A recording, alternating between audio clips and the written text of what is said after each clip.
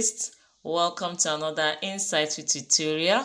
Today we'll be learning how to go about the drafting, cutting and stitching of a wide brim sun hat you're seeing at the moment, and this you can actually tilt, modify it to any direction that suits you.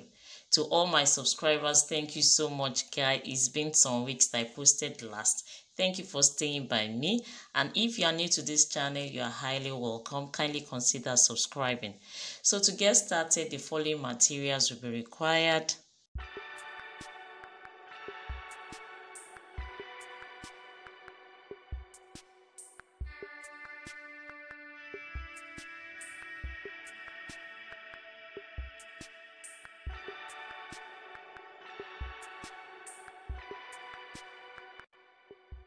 So having gotten the materials, the first thing is to take this measurement 22 by 22 inches and simply cut out. Afterwards, you first fold into two this way, then again into another two to make 4 layers. Then on this end, you should have 11 inches. Likewise on the other end, 11 inches. So at midway angle 45, you take the same measurement, and at different points you take this same measurement 11 inches all the way. So cross-checking, this is what you should have all the way like so. Then afterwards you can cut out. So depending on the size of the head, except when you are doing ready to wear hats, then you need to take a particular radius this way. So you can start using 3 inches. That will be for someone that is small or whose head is quite small, or maybe like someone like me that I'm on low cut. Or if not, you could increase this radius to about 3 1/4. So I'm adding 1/4 inch this way. Or if you need something much more wider, then you could add extra half to make a total of 3 1/2 radius like so. So you make that measurement all the way. But since I'm on low cut, I want to maintain the 3 inches radius. So I go ahead to cut.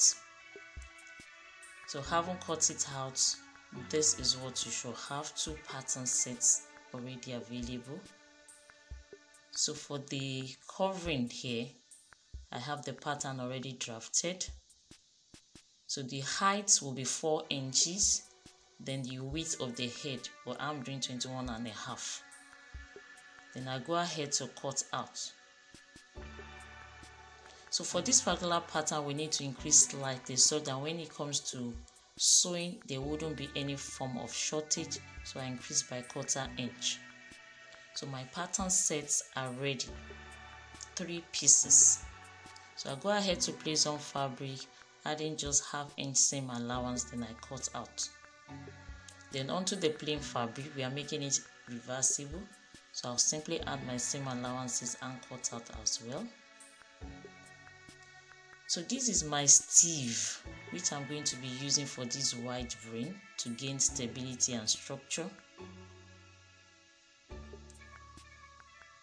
So I'll go ahead to cut it out this way on each piece. Then I need to hold down the edges slightly, just breeze it down at first. Then afterwards you need to trim to make sure that the sleeve and the fabric are equal, no excess. So for these other pieces, I went ahead to cut my soft wadding just to give it structure, which I need to press down this way. So I press on each piece. Then afterwards, this other part I need to sew, but I'm leaving a little bit of an opening midway for this pattern.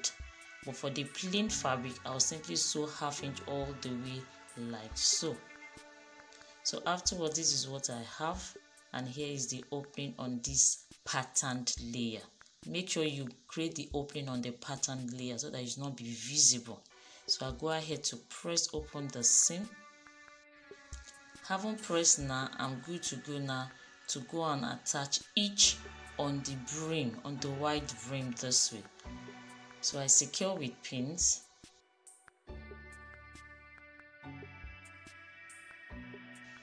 And ensure that it goes round the brim like that. So afterwards, this is what I should have this way. Can you see it? So in the same way, I'll go ahead to do that of the Ankara. Remember, there's an opening here. So I'll do the same all around like so. Having done that, I've gone to the sewing machine to secure it down, both pieces. Then you need to trim the seam to just about 1/4 of an inch or probably 1/8, so that you remove excess fabric and avoid bulkiness. So this is what I'll be having like so, very thin seam. Then at this point, I'll place them over each other, right side facing right side. Then I'll arrange. Then I'll go and do the sewing round like that, round. So having sewn, this is what I have. And even for this, we need to trim the seam to about 1/8 to about 1/8 of an inch this way. Likewise, to reduce bulkiness, so that by the time we turn it inside out to press, it's flat. So I'm turning it inside out now. Carefully do this, take your time. So this is what one side looks like, and this is what the other side looks like. There isn't any right side nor wrong side. It's a reversible, so both sides could be used. So afterwards, I need to press down these edges very well. Make sure you actually press, steam it down to make it flat.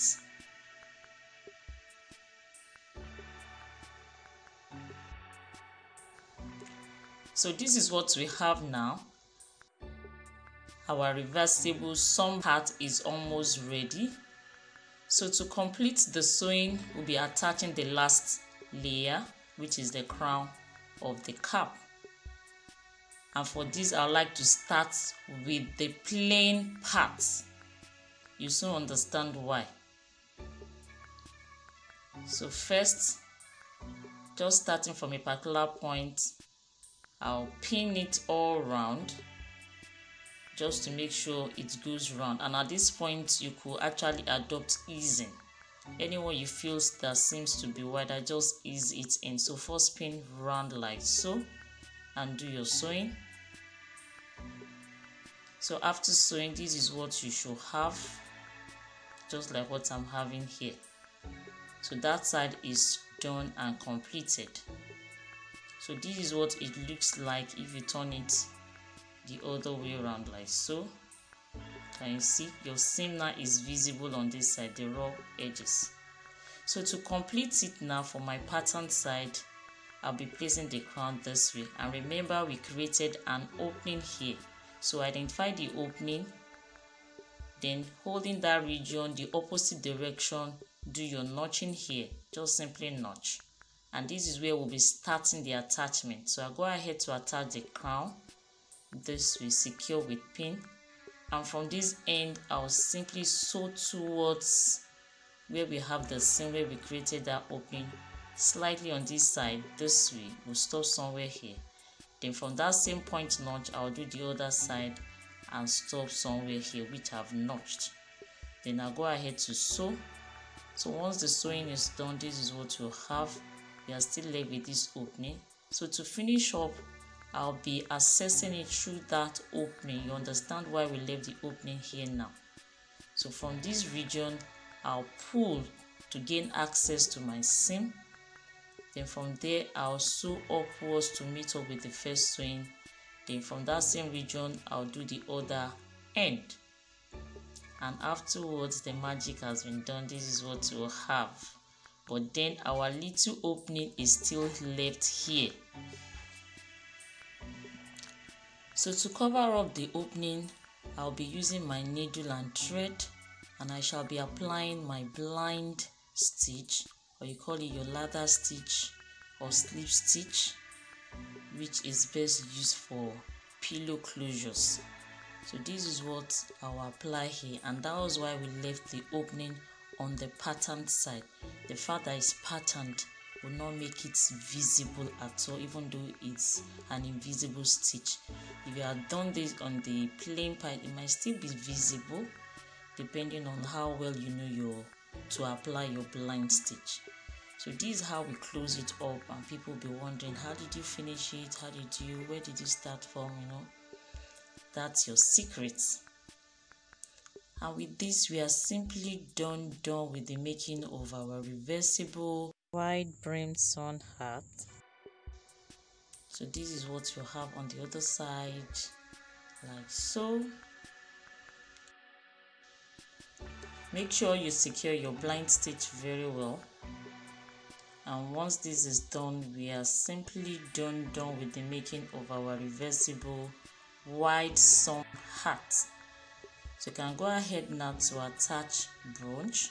This is optional, or simply leave the hat the way it is.